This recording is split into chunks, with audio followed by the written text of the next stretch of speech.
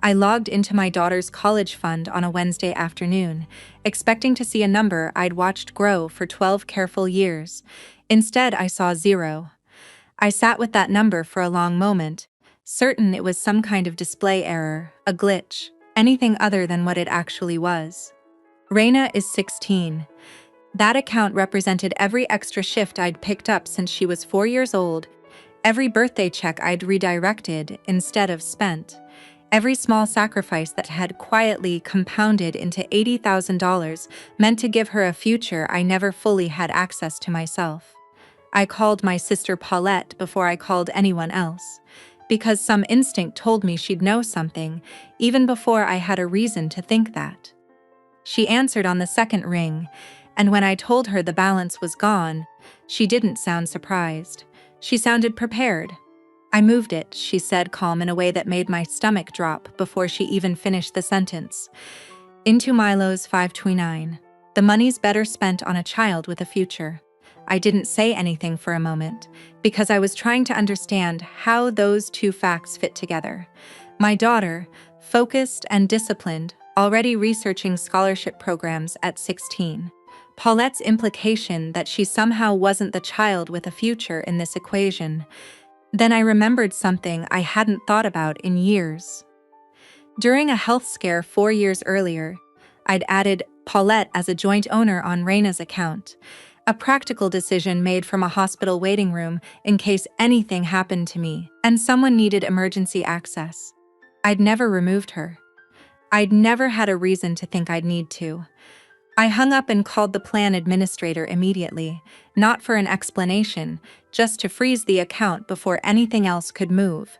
Mr. Okafor picked up within minutes, and his voice had the steady, procedural calm of someone who deals in numbers rather than emotions. I explained the situation as clearly as I could manage, and he pulled up the account while I was still talking, confirming the freeze could go into effect right away.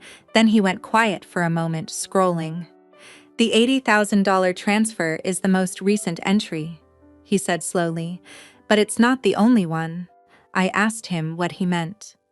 He read through a list of smaller withdrawals stretching back nearly 3 years, each one modest enough on its own to avoid triggering any alert, timed in ways that seemed almost deliberate. A withdrawal here during a slow month for me at work.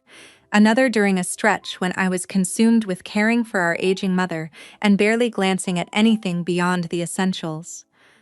"The college fund," he said finally, "is the least of what I'm seeing." I sat at my kitchen table absorbing that sentence, feeling something shift beneath everything I thought I understood about my sister. I spent the rest of that evening pulling old bank alerts I'd dismissed over the years. Small dips in growth I'd chalked up to market fluctuation. Notifications I'd skimmed and archived without a second thought because I trusted the person with access to that account completely. When I confronted Paulette again, I didn't lead with the large transfer. I led with the pattern, reading the dates back to her the way Mr. Okafor had read them to me. I watched her confidence falter for the first time since this had started, the justification she'd walked in with slowly losing its footing against documentation she couldn't argue with. Eventually, she admitted the smaller withdrawals had started during a period of financial strain she'd never told the family about. The first one had felt desperate and temporary. When it went unnoticed, the second felt easier. By the time she moved the full remaining basement into Milo's account, she'd convinced herself the reasoning made sense, that redirecting the money toward her son was less a theft than a redistribution toward the child she'd quietly decided needed it more. I understood, sitting across from her, that her comment about a child with a future was never really about Milo's potential at all. It was the story she'd built to make years of taking feel like fairness, a way of explaining to herself what she couldn't yet admit to me. Working with Mr. Okafor and eventually an attorney, we began the process of recovering what could be recovered and formally removing Paulette from the account entirely. Some of it came back quickly. Some of it will take years, worked out through a repayment arrangement Paulette agreed to rather than face further consequences.